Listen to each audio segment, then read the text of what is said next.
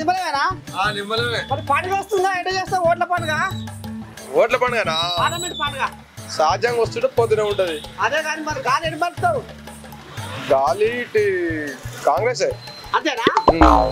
కాంగ్రెస్ ఎవరికి ఉంది బలం? మరి ఈసారి ఎవరు నిలబడారు భువనగిరి తరఫుగా?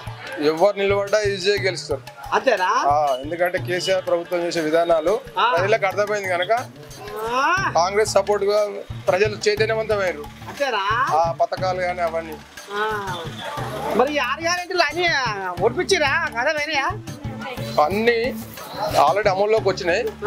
ఒక 2 నుండి వెనక ముందు మనం దివాళా చేసి అయిపోయి కేసీఆర్ మొత్తం ఏం లేకుండా చూసుకోబా ఇంకేముంది. అంతేనా? మళ్ళీ మళ్ళా కావాలంటే కావాలి అందరికి పథకాలు. బట్టలు కూడా లేవు, బట్టలు కూడా నింపేసిండు. ఏమనుకుంటున్నావు? నీ మనసులో ఏముంది? కాంగ్రెస్ రావాలని ఉంది నాకు. అంతేనా? 6 గ్యారెంటీలు అమలు చేస్తారు వాళ్ళు. ఇట్లా కాంగ్రెస్ పార్టీలో పోతున్నావా? ఫ్రీ బస్ పోతున్నావా? తిరుగుతున్నావా? తిరుగుతున్నా. ఎక్కడెక్కడ పోయినావు? నిలబడినా మరి ఇప్పుడు సమ్మక్క సారక్క, తిరుపతి, యాదగిరిగుట్ట, చెడ్డాపట్ట పోయినావా? అన్ని పోలే కానీ కొన్ని భువనగిరి ఇట్లా మన అవసరాలకు పోవాలి, అవసరం లేని పోవద్దు కదా. అట్లా మొత్తం మీద ఫ్రీ బస్ వాడుకుంటున్నావు. వాడుకుంటున్నాం.